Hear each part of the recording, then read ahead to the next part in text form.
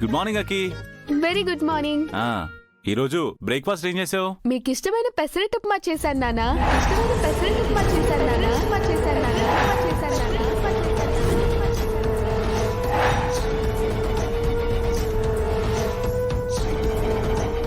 అక్కి ఏంటి ఇలా నాన్న అనేసింది? ఏమన్నా? అది ఏం లేదు శంకర్ గారు, పెసరట్టు ఉప్మా చేశాను అన్నా అని నాకు చెప్పబోయి మిమ్మల్ని నాన్న అనేసింది. నువ్వెందుకు పిలిచావో తెలియదుగా నాకి. నాకు మా అమ్మ గుర్తుకొచ్చింది. మా అమ్మ కూడా నన్ను నాన్న అని ముద్దుగా పిలిచేది. ఇప్పుడు మళ్ళీ నువ్వు నాకు ప్రేమను గుర్తు చేశావు. Thank you Aki. కొన్ని పిలుపులు మనలోని ప్రేమని తెలుపుతాయి. మా అమ్మ కూడా నన్ను నాన్న కన్నా అని పిలిచేది. అమ్మా నాన్న లేరని బాధపడకండి, వాళ్ళెప్పుడూ మీతోనే ఉంటారు. అవును, మాతోనే ఉన్నారు. అవును, నేను ఈ ఇంటికి వచ్చినప్పటి నుంచి చూస్తున్నాను. ఇంతకీ మీ అమ్మా నాన్న ఫోటోలు ఎక్కడా కనపడట్లేదేంటి? నాకు వాళ్ళని ఒకసారి చూడాలనుంది.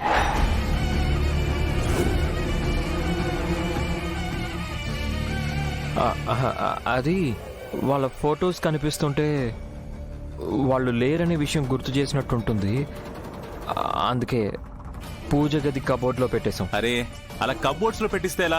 అమ్మా నాన్న ఫోటోలు ఉదయం లేవంగానే చూసి దండం పెట్టుకోవాలి. కబోర్డ్ లో ఉన్నాయన్నారు కదా, ఉండండి పట్టుకో. శంకర్ గారు ప్లీజ్, నేను వాళ్ళ ఫోటోల్ని చూసి తట్టుకోలేను. వాటిని తీయకండి, మై రిక్వెస్ట్. అయ్యో అకి, నువ్వు మరీ ఇంత సెన్సిటివ్ అయితే ఎలా? సరే సరే. అవును, గౌరీ గారు ఇక్కడ బ్రేక్ఫాస్ట్ కూడా రాలేదు. ఆఫీస్ టైం అవుతుంది. గౌరీ గారు ఫ్రెండ్ ఇద్దరు ఆఫీస్కి వెళ్ళిపోయారు. అప్పుడేనా? అదేంటి నాకు చెప్పకుండా వెళ్ళిపోయింది ఆవిడ? గౌరీ గారికి ఏదో వర్క్ ఎక్స్ప్లెయిన్ చేయాలని వెళ్లారు. నాకు కూడా వెళ్ళాకే మెసేజ్ చేశారు. అదేం కాదులే అక్కి, నిన్న కార్లో జరిగిందని దృష్టిలో పెట్టుకుని ఈ రోజు ఎస్కేప్ అయి ఉంటుంది ఆవిడ.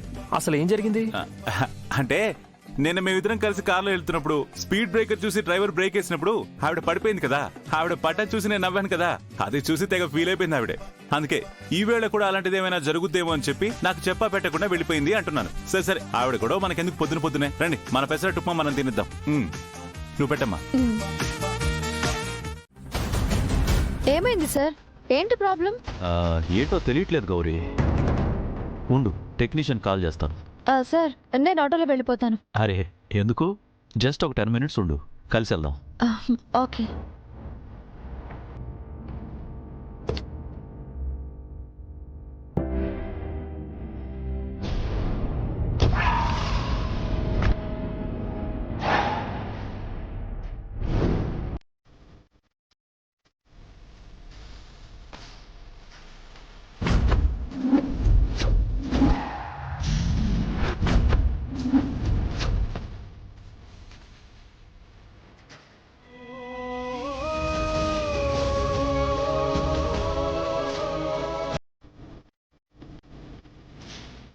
హలో మురళి,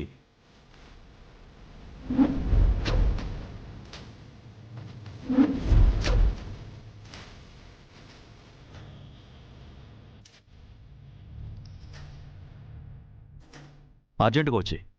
ఓకే, జస్ట్ 5 minutesలో వచ్చేస్తాడు గౌరీ.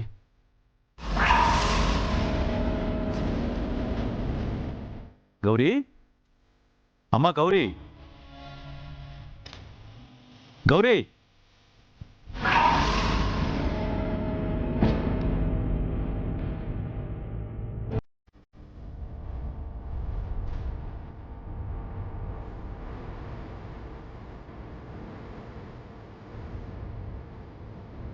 ఇది పెద్దమ్మ తల్లి బస్తీ. గతంలో అను వాళ్ళ అమ్మా నాన్నలతో ఉన్న బస్తీ. కారు అనుకోకుండా ఇక్కడ ఆగడం ఏంటి? గౌరీ ఆ బస్తీ వైపు వెళ్ళడం ఏంటి? ఇదంతా చూస్తుంటే జోగమ్మ చెప్పింది జరిగేలా ఉంది. అంటే గతం గుర్తుకొచ్చేది ఫస్ట్ గౌరీకేనా?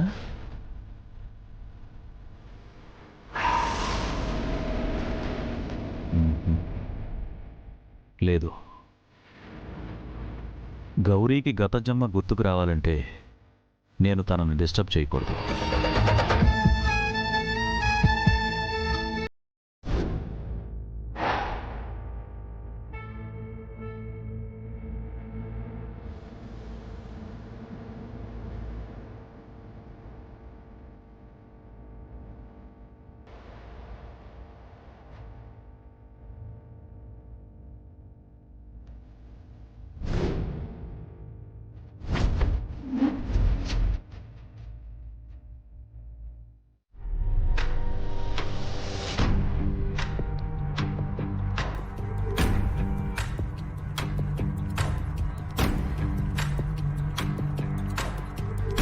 ఫ్రెండ్ ఎందుకైనా మంచిది ఒకసారి డాక్టర్కి కాల్ చేస్తాను.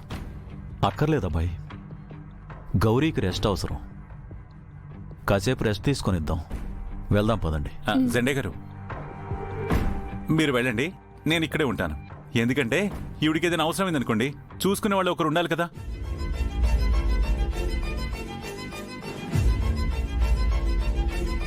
మీరందరూ లేకపోయినా పర్వాలేదు, ఒకవేళ నేను కనపడలేదనుకోండి ఇంకా అంతే.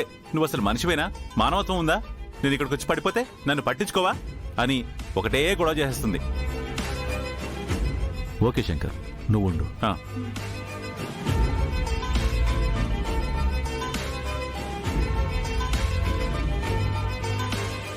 ఏంటో ఈవిడితో నాకు ఈ తలకాయ నొప్పి.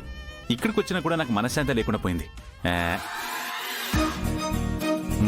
ఈవిడ మాత్రం ప్రశాంతంగా పడుకుంది పరుపు మీద, మాకు మాత్రం గరుడ సేవ ఇక్కడ.